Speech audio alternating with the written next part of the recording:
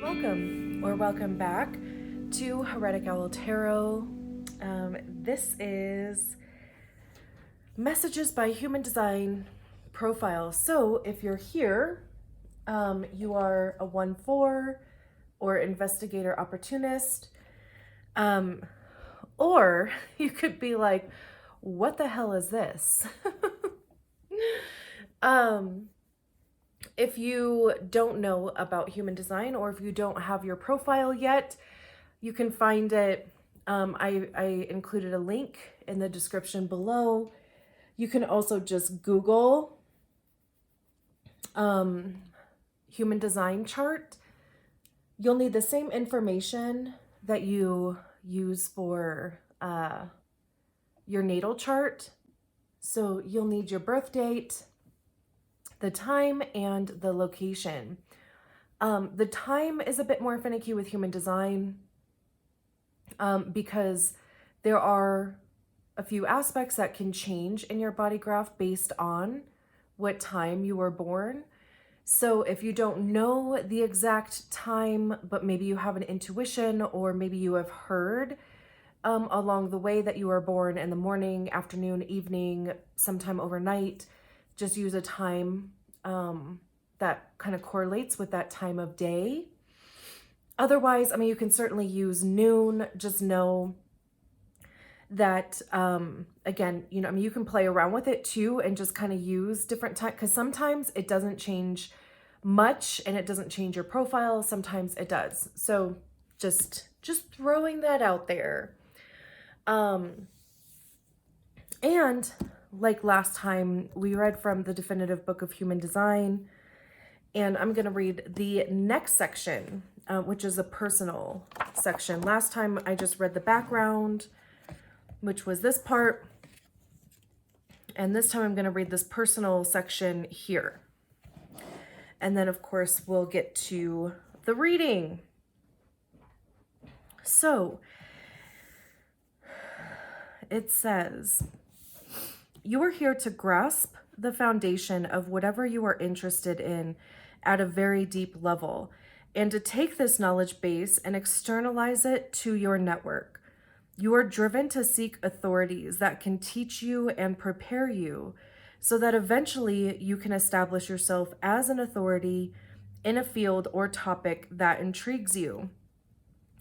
As you emerge into the world as an authority, your insecurity turns into security and provides you with a solid foundation to stand on. You move from a position of weakness to one of strength, and you can be a force of strength for others as well. In order to delve deeply, you need time alone, as your chameleon-like introspection allows you to submerge yourself into what you are investigating. You are not communally creative, and instead enjoy creative solitude, which is very healing and brings richness to your life. Your natural friendliness is also an intimacy strategy that attracts listeners and eventually partners. What you are looking for is a confidant, and lasting relationships begin with building friendships first. When following your strategy and authority, you are very clear in your introspective process of investigation, and wait for the correct opportunity to tell others about what you have learned and discovered. You aren't just learning for yourself or for its own sake, but with an eye toward attracting those who might be interested in and benefit from the information. In fact, you do not have to discover or experience something personally before you are willing to share it with others. Investing in and maintaining your network is one of the most important things that you do in life. Your investment in people brings future opportunities to express your knowledge base. Knowing how to make decisions in terms of which people to invest in is crucial to your well-being. Investing in the wrong networks and people is detrimental and leads to burnout and fatigue. All of your new associations need to come from All of your new associations need to come to you through an introduction by your network. You are not designed to influence strangers. Your first line investigator is not concerned with the other. And your friendly fourth line opportunist is unconscious. Therefore, the only way for you to know who is correct for you is through your strategy and authority. Your opportunities in life come from networks and people you know. And it is important that you never leave one thing, such as a job, lover, or home, until you have something else to take its place. If you do, you will have a hard time finding a replacement. Retreating from your network at times is also crucial in order to recover from the fatigue resulting from your social networking. You can exhaust yourself listening to others, as it takes considerable time and energy to cultivate your network as you wait for your opportunity to tell your truth. Does that sound like you? Yeah, so does any of that sound familiar? Ringing any bells? It talks a lot about strategy and authority, actually, in that one. So definitely something to look into. You'll find that information on your body graph also. And there's a wealth of information out there on each one of those, each type of strategy and authority, excuse me. So, like getting familiar with that a little bit. And honestly, it might even be something that you just kind of like subconsciously do already sometimes. But it is interesting about, that first line wants to know how things work, right? Like there's this element of wanting to, like it was saying, like be an authority in it, right? Like kind of be an expert in your understanding of whatever the thing is that you're interested in. And that reminder that you universalize that or externalize that within your kind of community. So, that could be your friends, that could be, work. But recognizing that, like it said, you're not necessarily here to influence strangers, but, like you can build a community based around the information that you have or the thing that you have become authority in.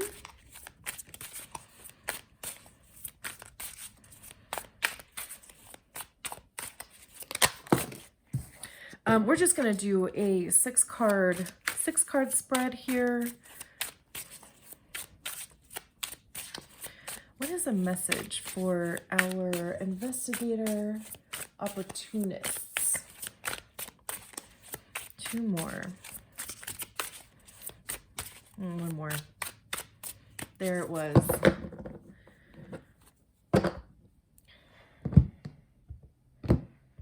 But also, it's interesting about you giving yourself space to kind of retreat and rejuvenate a little bit. We have the King of Pentacles, the Queen of Pentacles, the Nine of Swords, the Eight of Swords, Four of Swords, and the Devil. That's interesting. And the Three of Swords at the bottom of the deck. So, we'll go through each card as we do. A lot of head stuff going on here with the swords. That's our thoughts, intellect. I see that as being our ego, because that's generally where we hear it. In the world of human design, the head is a pressure center.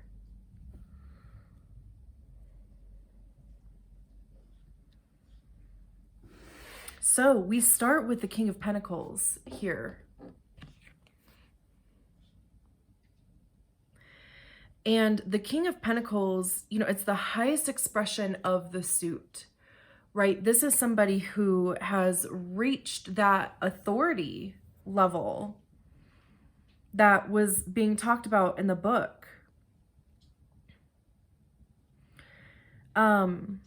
You know, the Pentacles specifically talk about money, how we make it, how we save it, how we spend it, how we invest it. It talks about our time and how we invest our time.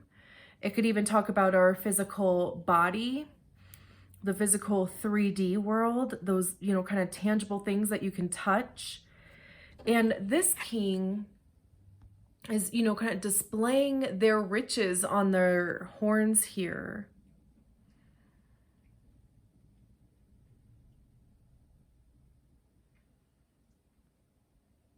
And again, it's interesting that, you know, it's coming out of the headspace. So this almost just kind of feels like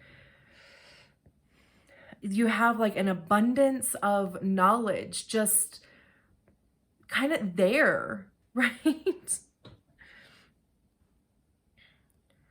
Maybe there is something, you know, like the book was talking about, you know, investigating those things that you have a keen interest in and being able to be an authority in whatever that thing is, right?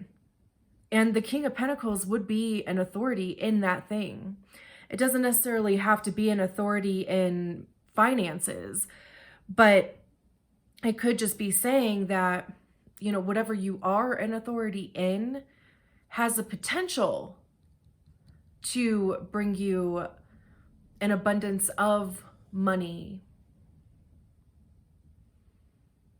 or security, even, because the Pentacles talk about security also.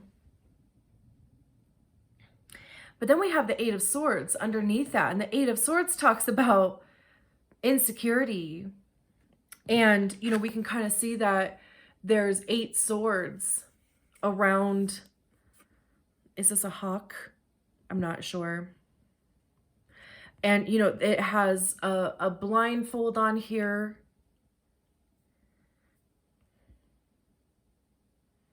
Probably to keep it calm or, you know, like less distracted. But the Eight of Swords, so, you know, it's feeling like backed into a corner. It's feeling like everything is outside of your control. Like you don't have a choice in the matter, is that the Eight of Swords energy. Or again, like maybe you're just not even feeling like you have enough information, or maybe it's a matter of not wanting to have the spotlight or attention on you, because the lesson with the Eight of Swords is knowing that you're actually not trapped. Like a slight shift in perspective could change things for you. It's like, you know, a self-inflicted mind prison, basically. But it's also, you know, like you keep yourself there, and that could be comfortable. There could be reasons for that. I mean, you know, like there could be old stories, old fears and doubts and all of that stuff coming up with this card.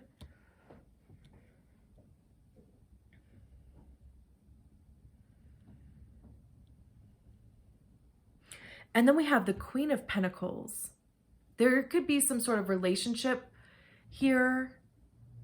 That could be romantic, it could be platonic, it could be business.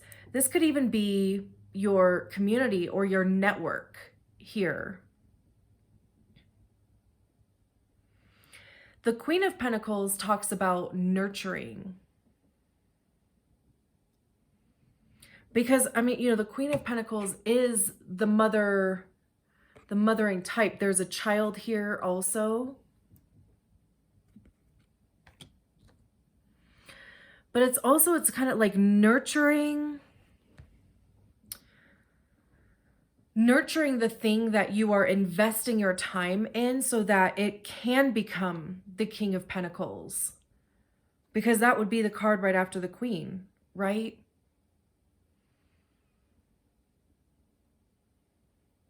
And anytime I see a queen, I see the queens as being when we embody the energy, because we have to understand it ourselves before we can share it with other people. And you know that with your specific profile, right? So this would be you understanding the thing and then sharing it with others, because that's what the kings do also, right? They're in charge of a kingdom. So they have a community, they have people around them that they need to be quote unquote in charge of. And then the Four of Swords underneath that. And the Four of Swords talks about giving your mind a rest.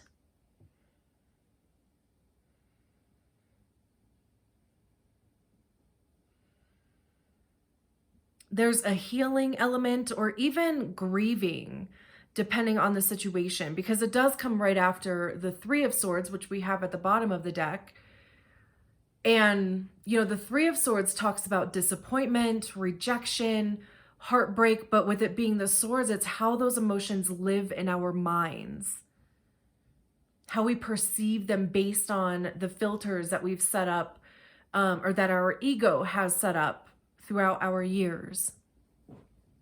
Right? And then when we get to the Four of Swords, it's like, okay, like you came through that, give yourself a little bit of a break to just kind of like recalibrate, grieve if you need to, go through the grieving process, but give your mind a rest.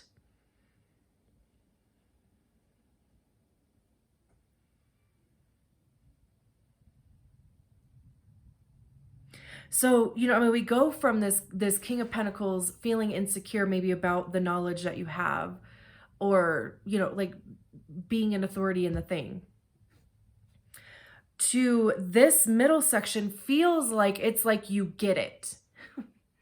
Maybe a light bulb goes off, I don't know, but it's like all of a sudden you understand something about whatever you are investigating.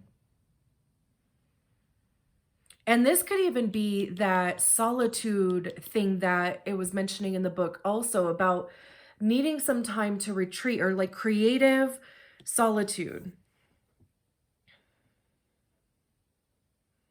And maybe that's what you need. Like maybe you need this time to rejuvenate. And maybe you need that time to recognize that you actually get it. You actually, this right here, you do get it. And you need to let it just kind of sink into your bones a little bit.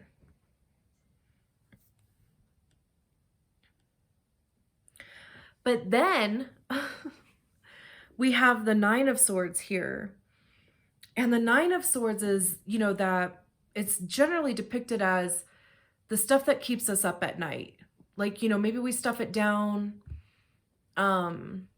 and kind of get through our days, get through our interactions and stuff. But at night, it's just like, that cyclical thinking of, oh, like I suck. Whatever, my life's, my life sucks. I don't know any, whatever, I mean, it's going to be different for everybody. I'm sure my Nine of Swords may not be the same. But it's just, it's that worry, it's that anxiety, it's the what ifs. It's, reliving old stuff, overthinking things, overanalyzing interactions even. And then the Devil card here. So it's, the Devil talks about those things that do have us trapped, right? Because the Devil, you can kind of see, hopefully, I think that's focused, you can kind of see that he's collected all these things. You know, it could be a phobia. There's a couple in here.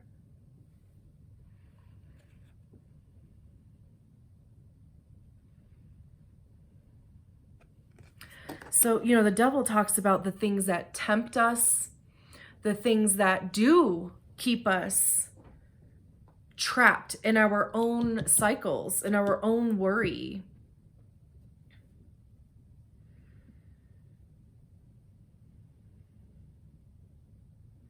And it's like, you know, whatever this situation is for you, with the Three of Swords at the bottom of the deck, it like keeps you in this old story, because the three is kind of at the beginning of the journey through the swords, right? So you get to the end with the Nine of Swords. You're coming to the end of this overthinking, overanalyzing, the worry. And the Three of Swords will just, with the devil, will just kick you right back into that cycle.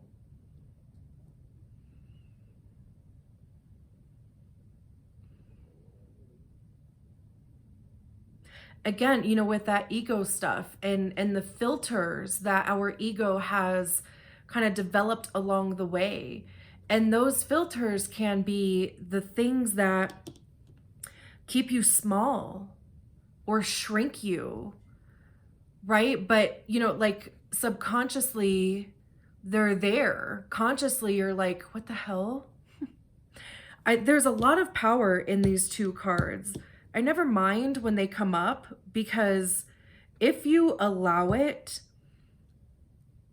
and it's not easy by any means, but if you allow this stuff to come up, if you allow yourself to hear these stories objectively, it's kind of like you have this opportunity to be like, where did that even come from? Like, where did this storyline come from? Was this something that I made myself believe from, you know, some situation when I was 13 or 5 or 17, maybe 10, whatever the case may be?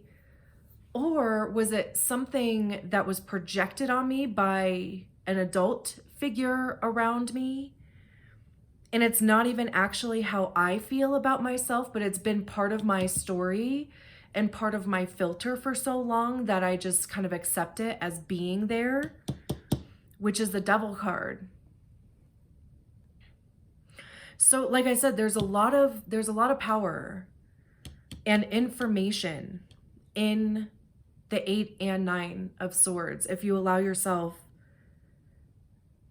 as much as you can, right, to sit with that and be like, what is this stuff? And is it actually mine? Like, is it actually something that I believe about myself or not? And 9 times out of 10, it's not something that you believe about yourself.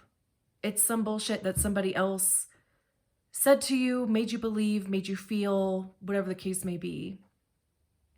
Because you have the information that you need, or you're on your way to that, right?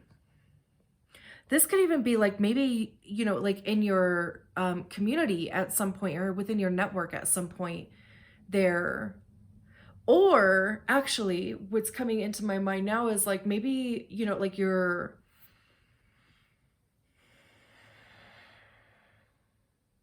maybe the missing link is that instead of going to your network or your community, you've been trying to do the strangers thing, and maybe that's what hasn't been working out. And it was saying that's exhausting and can cause burnout, but also recognizing too that some of your best opportunities are going to come from the people that you know. Because what's awesome and effing beautiful is that right behind this Three of Swords is an Ace of Pentacles. Beautiful. A gift. That's what this could be.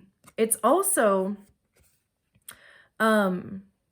Because, I mean, you can kind of just see how this mouse is like holding this pentacle out, right? Like there might just be an offer waiting.